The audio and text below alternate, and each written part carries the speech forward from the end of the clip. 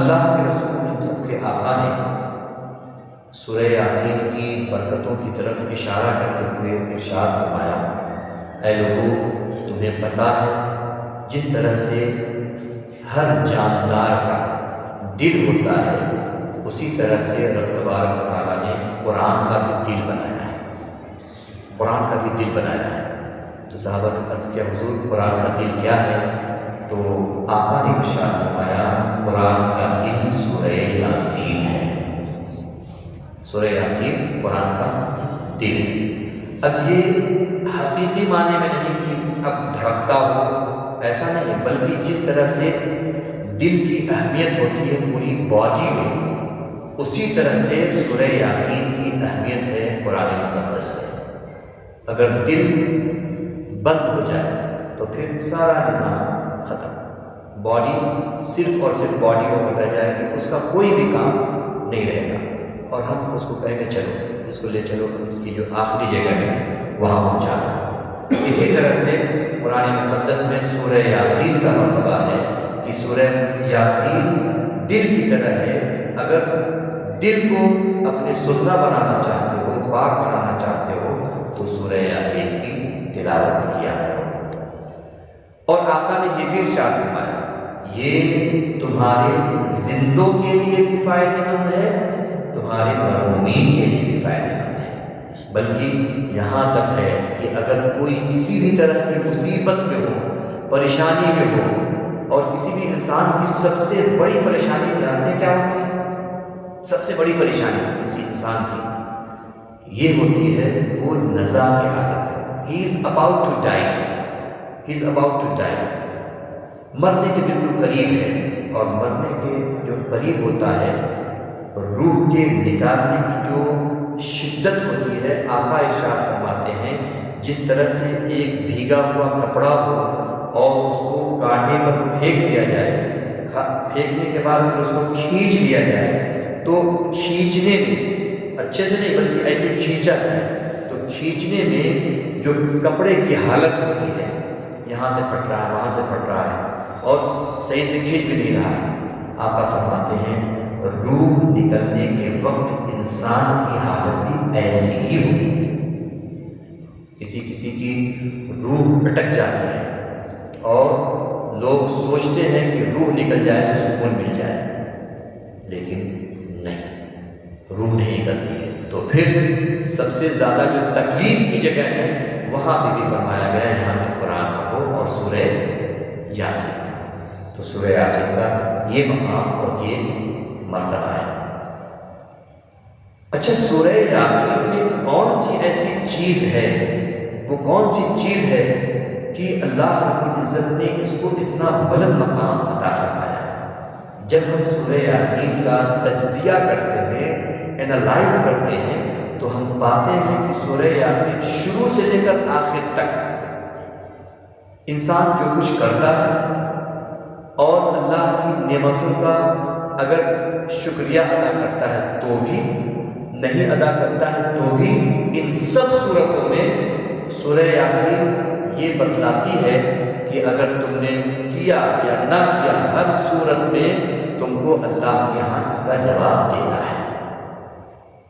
آپ دیکھ لیں خود آیت کریمہ کہتی ہے وَمَا لِيَ لَا أَعْبُدُ الَّذِي فَطَرَنِي وَإِلَيْهِ تُرْجَعُونَ، کیا ہو گیا ہے کہ رب نے پیدا کیا ہے اور اسی کی عبادت نہیں کر رہے ہیں؟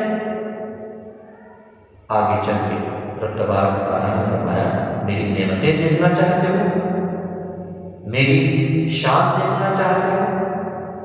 فرمایا دیکھ لو کیا میں نے مردہ چیز سے زندگی نہیں پیدا کی؟ مردہ، بالکل مردہ، انڈا ہے، انڈا ہے بالکل مردہ، اس پہ جان نہیں ہے، لیکن جب رب تبارک و تعالیٰ چاہتا ہے تو اس مردہ چیز سے جان، مرغی کے چوزے نکلتے ہیں۔ فرمایا کیا یہ میری قدرت نہیں ہے؟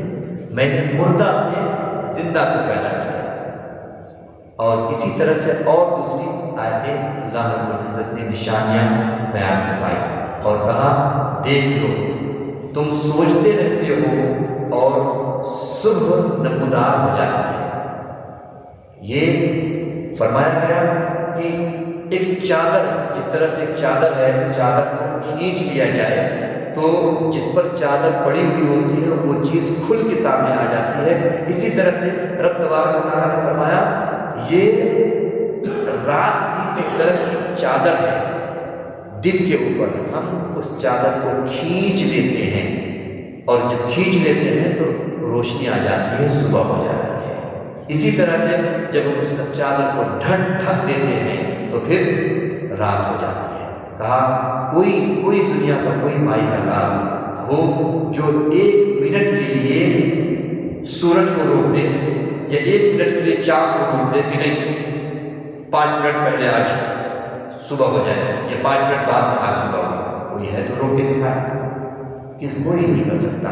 یہ میرے رب کا انتظام ہے، یہ میرے رب کا سسٹم ہے۔ فرمایا گیا والشمس تجری لمستقر لہا، یہ سورج تو اپنی گردش میں چل رہا ہے، سورج اس کی جگہ متعین ہے، اسی میں چل رہا ہے، اور یہ چاند بھی اپنی جگہ میں چل رہا ہے۔ کبھی ایسا نہیں ہوگا کہ سورج اپنی گردش چھوڑ کے دوسری طرف سے چلا جائے، اس کی گردش بنی ہوئی ہے، اس کا محور بنا ہوا ہے، اس کے جانے کی جگہ بنی ہوئی ہے، سورج اسی میں چل رہا ہے۔ چاند بھی اپنی گردش میں، اپنے محور میں جو اس کی جگہ ہے اس میں چل رہا ہے۔ فرمایا گیا کیا کوئی ہے جو اس طرح کا انتظام کر سکتا ہے؟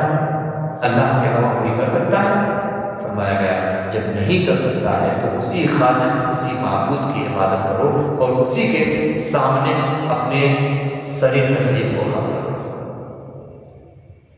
اور آگے چل کے رب تبارک و تعالیٰ نے جنتیوں کا تذکرہ فرمایا تو ارشاد فرمایا جنتی ایک طرح کے عمدہ چھاؤں میں ہوں گے، چھاؤں کے تلے ہوں گے، اور ان کا اپنا تکیہ لگا ہوا ہوگا اور شان سے بیٹھے ہوئے ہوں گے۔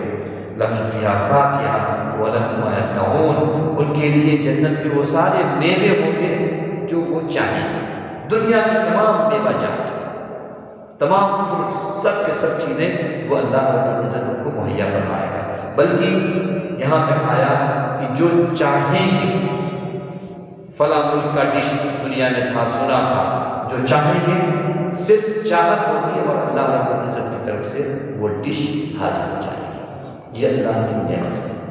لیکن لگے ہاتھوں رب تبارک و تعالیٰ نے فرمایا یہ تو جنتیوں کا تذکرہ ہے، اب ذرا جہنمیوں کے بارے میں ارشاد ہوا آج کے دن تو جہنمی بالکل کھل کر واضح ہو کر سامنے آ جائے اور کہا جائے گا الم احد الیکم یا بنی آدم اللہ تعبدوا الشیطان، اے انسان، کافر سے اے انسان کیا میں نے تم سے وعدہ نہ لیا تھا کہ اللہ کو چھوڑ کر کسی اور کی عبادت نہ کرنا، لیکن تم نے میری بات نہیں مانی، تو پھر اب جو میرا عذاب ہے اس کو چکھو۔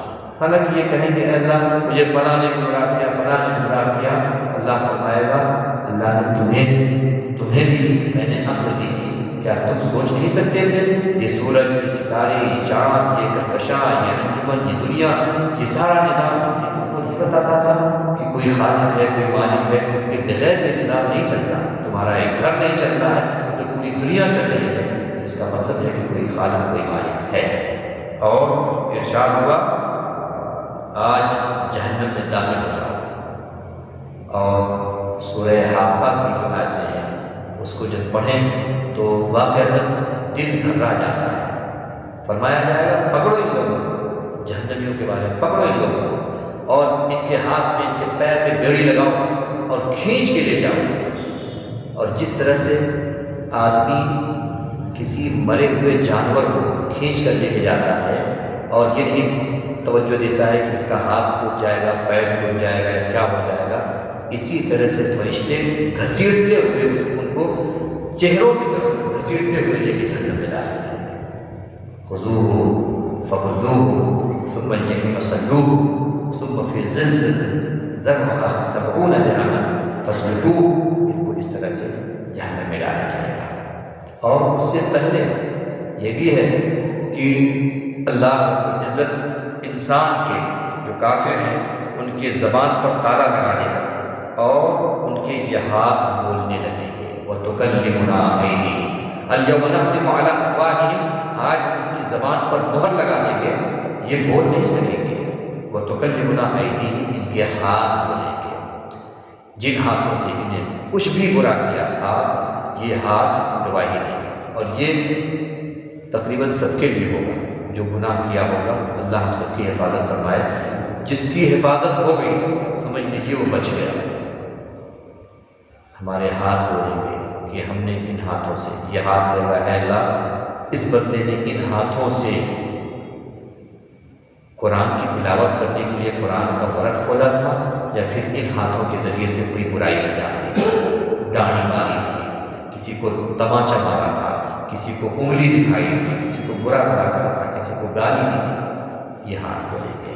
ارشاد ہوتا ہے وَتَشْهَدُ أَرْجُلُهُمْ، ان کے پیر بھی گواہی دیں گے۔ گواہی کیا دیں گے کہ اے اللہ یہ تیرا بندہ مسجد کے لیے گیا تھا یا پھر بازار میں نکل کے بازار کی گشت کر کے برائیاں کرنا چاہ رہا تھا، اس پیروں کے ذریعے سے، پیروں کے ذریعے سے اس نے کیا انجام دیا تھا یہ سارا کچھ بولے گا۔ مسجد میں بھی آیا تھا تو خلوص نیت کے ساتھ نماز کے لیے آیا تھا، یا پھر دکھاوے کے لیے آیا تھا کہ چلو لوگ مجھے نمازی کہیں گے۔ حج کے لیے گیا تھا تو خلوص نیت کے ساتھ گیا تھا، یا یہ کہ لوگ مجھے حاجی کہیں گے۔ سارے عقدے، ساری باتیں کھل کر سامنے آ جائیں گی، اور پھر اللہ رب العزت اس چہرے پر جو کافر ہے ان کے چہرے کو مسخ کر دے گا۔ تو اس نورانی چہرے کو، جس چہرے کو میں نے اپنی جلوہ گاہ بنائی، اس چہرے کے ساتھ جہنم میں نہیں جاؤ گے، مسخ کر دیا جائے گا اور جہنم میں ڈال دیا جائے گا۔ آپ سوچیں یہ سارے تذکرے صرف اور صرف سورہ یاسین کے اندر ہے۔ یاسین جو قرآن کا دل ہے اس کے اندر ہے، جب دل اچھا تو سب اچھا۔ اس وجہ سے قرآن نے اور نبی پاک صلی اللہ علیہ وسلم نے سورہ یاسین پڑھنے کی تلقین فرمائی، اس کو پڑھا کرو، یہ تمہارے لیے قیامت کے دن شفیع ہوگا، یہ تمہاری سفارش کرے گا۔ اللہ رب العزت ہم سب کو توفیق خیر عطا فرمائے۔ آگے چل کے رب تبارک و تعالیٰ نے کچھ کافروں کا تذکرہ کیا ہے سورہ یاسین کے اندر، اور فرمایا کہ یہ کافر کہتے ہیں کہ مرنے کے بعد کیسے زندہ ہو جائیں گے۔ ایک کافر غالباً ابو جہل تھا، اور وہ مٹی لے کر آیا اور کہا کہ یہ مٹی وہ یہ سمجھتا ہے کہ اس مٹی سے انسان کو پھر سے بنا دیا جائے گا۔ انسان جب دفن کر دیا گیا 100 200 500 1000 سال اس پہ گزر گئے تو ساری مٹی، سب ریت، سب مٹی ہو جائے گی۔ تو وہ کہتا ہے کہ یار اس مٹی سے پھر انسان کو پیدا کر دیا جائے گا۔ اللہ رب العزت نے ارشاد فرمایا کہ کیا اس رب نے تمہیں بغیر مٹی سے پیدا نہیں کیا؟ تم تو کچھ بھی نہیں تھے، ایک پانی کا قطرہ تھے۔ آپ سمجھ رہے ہیں واٹ آئی مین، پانی کا قطرہ تھے، پانی کا قطرہ تھا، اور جب اللہ نے چاہا تبھی وہ قطرہ انسان بننے کی صورت میں آیا، ورنہ people are trying to get اولاد، get son and daughters but not. جب اللہ چاہتا ہے تب، کہا جب تم کچھ نہیں تھے اور میں نے بنا دیا، یہاں تو تم کچھ ہو کے پھر قبر میں گئے ہو، یہ تو میرے لیے بہت آسان ہے، بہت آسان ہے۔ اللہ اللہ۔ اور پھر ارشاد فرمایا کہ دیکھ لو یہ درخت ہے، درخت جل کے پھر تمہارے کھیتوں میں جاتے ہیں۔ درخت پہلے اگا، ہرا ہوا، پھر کاٹا گیا، پھر اس کے بعد جلایا گیا، جل کے وہ راکھ ہوا، راکھ ہونے کے بعد پھر کسی کے کھیت میں گیا، پھر کھیت سے پھر وہی درخت، اسی درخت سے پھر کھیت میں جب گیا تو ایک زندگی پیدا ہوئی، کوئی تر و تازگی کے ساتھ ایک پودا نکلا۔ تو جو رب ان تمام چیزوں پر قادر ہے، درخت ہرا تھا، سوکھا، کاٹا گیا، جلایا گیا، اس کے راکھ بن گئی، راکھ کے بعد پھر وہی اسی کے ذریعے سے زندگی پیدا ہو رہی ہے، تو جو اس پر قادر ہے تو کیا وہ انسان کو پھر سے بنانے پر قادر نہیں ہوگا؟ ارشاد ہوا اس کا حکم صرف ہوگا، ہو جا کن فیکون، تو وہ ہو جائے گا۔ اس وجہ سے اے انسان تم اس فراق میں نہ رہنا کہ تم بس آئے ہو، کھائے پیے اور اپنی زندگی گزارے چلے گئے، نہیں، تمہارے ہر عمل کا تمہیں حساب دینا پڑے گا۔ آگے چل کے 2 منٹ کے اندر بات ختم کرتا ہوں۔ رب تبارک و تعالیٰ نے بہت سارے انبیاء کرام کا، حضرت نوح علیہ السلام کا قوم کا، کس طرح سے ان کو ڈبایا گیا، حضرت ابراہیم علیہ السلام کا، اور کس طرح سے وہ اپنی قوم کے درمیان آ کر اور قوم سے کہا کہ تم اس بت کی پرستش کرتے ہو، یہ فائدہ نہیں دینے والا ہے۔ اسی طرح سے آگے چل کے حضرت ابراہیم علیہ السلام کا واقعہ جو قربانی کے حوالے سے دیکھا، خواب دیکھا، وہ پورا واقعہ آپ نے پڑھا ہے، جانتے ہیں۔ پھر حضرت موسیٰ اور حضرت ہارون علیہ السلام کا واقعہ، آگے چل کے حضرت الیاس علیہ السلام کا واقعہ، حضرت یونس علیہ السلام کا واقعہ، اور نبی پاک صلی اللہ علیہ وسلم کا واقعہ پھر سے بیان کیا گیا ہے۔ یہ جو ریپیٹیشن ہوتا ہے، بار بار ایک ہی واقعے کو قرآن میں ذکر کیا جاتا ہے، پھر وجہ کیا ہے؟ کہنے کو تو یہ لگتا ہے کہ بار بار وہی بات، بار بار وہی بات، لیکن اس میں بڑی حکمتیں ہیں، بڑی حکمتیں ہیں کہ بار بار جب کوئی بات کہی جا رہی ہے تو اس کا مطلب یہ ہے کہ بڑی امپورٹنٹ ہے، بڑی امپورٹنٹ ہے۔ ایک مفکر ہندوستانی کا تھا، اور وہ اپنے بچے کو، چونکہ وہ قرآن صحیح معنوں میں مانتا نہیں تھا، تو اپنے بچے کو بار بار کہتا تھا میں اس وجہ سے قرآن کو نہیں مانتا ہوں، معاذ اللہ رب العالمین، کہ اس میں بار بار ایک ہی چیز کو ریپیٹ کیا گیا ہے۔ مثال کے طور پر وہ سورہ رحمان کے بارے میں کہتا تھا کہ سورہ رحمان میں فَبِأَيِّ آلَاءِ رَبِّكُمَا تُكَذِّبَانِ، ایک بار نہیں، دو بار نہیں، 10 بار نہیں، 20 بار نہیں، 27 بار آیا۔ تو اس نے اپنے بیٹے کو ایک بار کہا اس وجہ سے میں نہیں مانتا۔ خیر، کچھ دن کے بعد پھر کہتا ہے کہ جانتا ہوں قرآن میں ریپیٹیشن بہت ہے، میں اس وجہ سے اس کو نہیں مانتا کیونکہ ریپیٹ بہت ہوا ہے۔ چند دن کے بعد پھر وہی بات کرتا ہے کہ دیکھو قرآن میں ریپیٹ بہت ہوا ہے۔ تو اس بیٹے نے کہا ابا یہ بار بار آپ کہنا کیوں چاہتے ہیں کہ ریپیٹیشن قرآن میں بہت ہے، بہت ہے؟ تو کہا کہ میں اس وجہ سے ریپیٹ کرنے والی بات تم کو بار بار کہہ رہا ہوں تاکہ تمہارے ذہن میں بیٹھ جائے کہ قرآن کے اندر ریپیٹیشن بہت ہے، اس وجہ سے میں نہیں مانتا۔ تو بیٹے نے کہا ابا قرآن میں جو ریپیٹیشن ہے نا، اس کی وجہ بھی یہی ہے تاکہ ہمارے یا انسانوں کے ذہن میں یہ بات بیٹھ جائے کہ اللہ تبارک و تعالیٰ کیا چاہتا ہے۔ جو اس نے اعتراض کیا تھا اس کا جواب بھی اسی اعتراض، اسی آبجیکشن سے دے دیا۔ تو یہ نہ سمجھا جائے کہ قرآن مقدس میں ریپیٹ بہت ہوا ہے، ہر واقعے کا اپنا پہلو ہے۔ اگر نبی پاک صلی اللہ علیہ وسلم کی زندگی کے کچھ گوشے بیان کیے گئے تو کہیں ایک گوشے پر نظر رکھی گئی ہے، کہیں دوسرے گوشے کو بیان کیا گیا ہے، کہیں تیسرے گوشے کو بیان کیا ہے۔ فار ایگزامپل حضرت موسیٰ علیہ السلام کا واقعہ، ہم تو یہ جانتے ہیں کہ حضرت موسیٰ علیہ السلام فرعون کے مقابلے میں آئے اور ان کو رب تبارک و تعالیٰ نے عصا دیا تھا، وہ عصا اژدہا بن جاتا تھا، یہ آپ جانتے ہیں، ہم جانتے ہیں۔ لیکن قرآن کا اگر اسلوب دیکھیں تو قرآن میں اسی اژدہا کے لیے ایک جگہ لفظ ثعبان کا استعمال ہوتا ہے، ثعبان، اور اسی اژدہا کے لیے ایک جگہ حیۃ کا استعمال ہوتا ہے، حیۃ، اور اسی اژدہا کے لیے ایک جگہ کوئی اور لفظ استعمال ہوتا ہے۔ واقعہ ایک ہی ہے اور کئی جگہوں پر وہ بیان کیا گیا ہے۔ ہم لوگ جب پڑھ رہے تھے تو کہیں حیۃ، کہیں ثعبان، کہیں اور ہے ایک ہی چیز، تو پھر تفسیر میں بتایا گیا کہ ایک جگہ حیۃ کا مطلب مطلق کوئی بھی سانپ، لیکن ثعبان کا مطلب اژدہا، بڑا سانپ۔ تو یہ ہوا کہ آخر ایک جگہ چھوٹا سانپ، ایک جگہ بڑا سانپ، یہ کہنے کی وجہ کیا ہے؟ تو تفسیر مدارک میں اس بات کو نوٹ کیا، نقل کیا کہ یہ حضرت موسیٰ علیہ السلام کا جو سانپ تھا وہ نارمل سانپ نہیں تھا۔ جیسے ہی آپ ڈنڈا پھینکتے تھے تو پہلے وہ چھوٹا سانپ ہوتا تھا اور دیکھتے ہی دیکھتے بڑا ہوتا تھا، اور دیکھتے ہی دیکھتے پورا اتنا بڑا ہو جاتا تھا کہ اگر کئی کلومیٹر کے اندر بھی لوگ ہیں تو سب کو وہ محیط ہو جاتا تھا۔ تو فرمایا گیا یہ حیۃ جو ہے نا، یہ چھوٹے سانپ کو بولتے ہیں، اور ثعبان جو ہوتا ہے بڑے سانپ کو بولتے ہیں، اور ایک جو لفظ استعمال کیا گیا وہ ایسا سانپ کہ سب کو گھیر لے۔ تو آپ دیکھیں ایک ہی واقعہ ہے حضرت موسیٰ علیہ السلام کا، لیکن اس میں ایک ہی سانپ کو مختلف اعتبار سے پیش کیا گیا ہے۔ جب ہم قرآن کو صحیح معنوں میں سمجھیں گے تب سمجھ میں آئے گا کہ جو قرآن میں بار بار ریپیٹ ہوا ہے اس کی بہت بڑی اہمیت ہے اور اس کا بہت بڑا مقصد ہے۔ ہم چلو اصل میں قرآن صحیح میں پڑھ نہیں پاتے ہیں، سمجھ نہیں پاتے ہیں، تو پھر ہم طرح طرح کی باتیں یا لوگ طرح طرح کی باتیں سوچنے لگتے ہیں۔ اللہ عزت ہم کو، آپ کو، سب کو قرآن مقدس صحیح پڑھنے کی اور پھر اس کی تعلیمات کو عام سے عام تر کرنے کی توفیق رفیق عطا فرمائے۔ آج جو کسی طرح سے گزشتہ دنوں میں قرآن مقدس پڑھنے میں سننے میں کوئی خطا ہو تو رب تبارک و تعالیٰ